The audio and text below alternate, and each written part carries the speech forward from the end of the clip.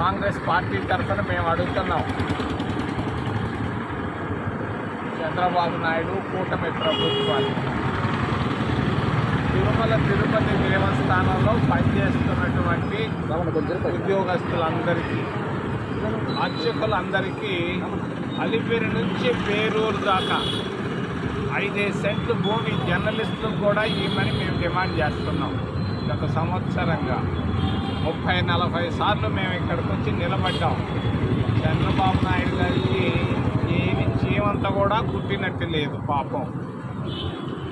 మేము డిమాండ్ చేస్తున్నాం, మరలా మీరు ఇచ్చేంతవరకు మేము వదిలిపెట్టాం. మీరు టాటాలు బిర్లాలకు ఇస్తున్నారు స్థలాలు, 100 ఎకరాలు. ఎక్కడిస్తున్నారో మీకు తెలుసు, మాకు అందరికీ తెలుసు.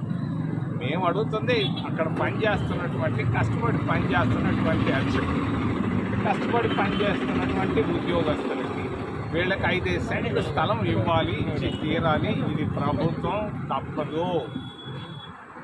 రెండవది, అక్కడ పనిచేస్తున్నటువంటి ఎన్ఎంఆర్ 100 మంది ఉన్నారు ఈరోజు. 10 సంవత్సరాలు కాదు, 15 సంవత్సరాలుగా. కాంగ్రెస్ పార్టీ ప్రభుత్వంలో ఉన్నప్పుడు 1991 సెప్టెంబర్ 1వ తారీఖున మేము అందరినీ ఎన్ఎంఆర్లందరినీ 2800 మంది ఎన్ఎంఆర్లో శాశ్వత ఉద్యోగస్తులు చేశాం. ఒక్క జీవో ఇచ్చి జనార్దన్ రెడ్డి ముఖ్యమంత్రిగా ఉన్నప్పుడు. మరి ఇక్కడ పనిచేస్తున్నటువంటి ఎన్ఎంఆర్లందరికీ, వాళ్ళు విజిలెన్స్ కానీ లేకపోతే ఎక్కడైనా కానీ అందరికీ మరి శాశ్వత ఉద్యోగాలు ఒక్క జీవో ఇచ్చి చంద్రబాబు నాయుడు వీళ్ళు ఉద్యోగాలు ఇవ్వాలని మేము రెండో డిమాండ్.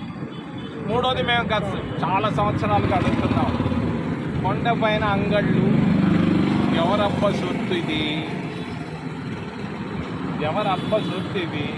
వీరంతా సామాజిక న్యాయాన్ని గురించి చంద్రబాబు నాయుడు అబ్బా ఏం మాట్లాడతాడు ఆయన అసెంబ్లీలో. సామాజిక న్యాయం లేదే మీ తిరుమలలో, మన తిరుమలలో. మరి అక్కడ 100 అంగళ్ళు ఉన్నాయి. ఒక్క హరిజనుడు ఉన్నాడా? ఒక్క ఎస్సీ అన్న ఉన్నాడా? ఒక్క ఓబీసీ అన్న ఉన్నాడా? ఒక్క గిరిజనుడైనా ఉన్నాడా? ఏంటయ్యా నువ్వు చెప్పేది సామాజిక న్యాయం?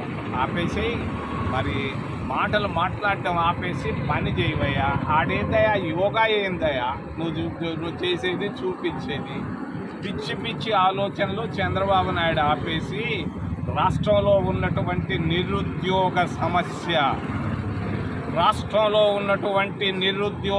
నిరుద్యోగుల సమస్యలు దానిపైన ఆలోచించు.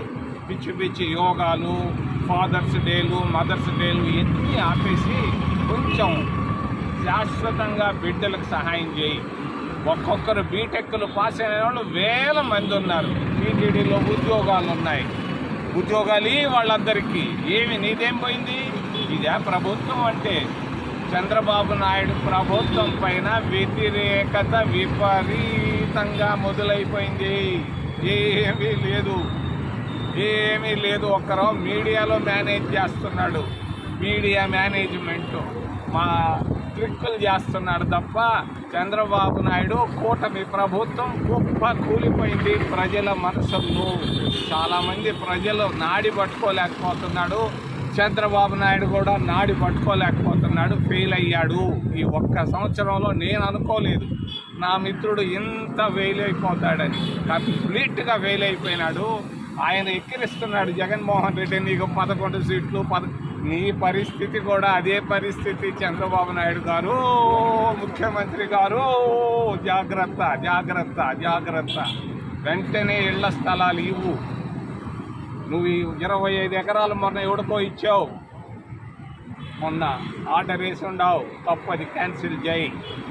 శాశ్వత ఉద్యోగస్తులు, అర్చకులకి, జర్నలిస్టులు కూడా పాపం పొద్దున్నే సాయంకాలం దాకా పనిచేస్తున్న వాళ్ళకి కూడు లేదు.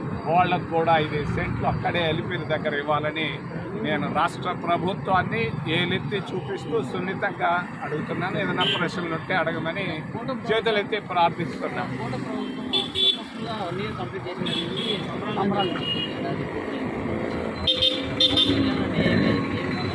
మీరు ప్రజల దగ్గరికి పోవటం లేదు.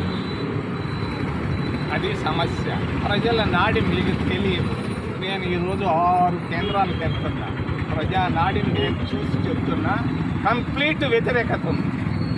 అంటే 2 బడ్జెట్లో ఉన్నాయని ఆంధ్రప్రదేశ్ పథకాలు ఇచ్చిన హామీలు అన్ని నెరవేరుస్తున్నాము అని చెప్పి అంటున్నారు సార్.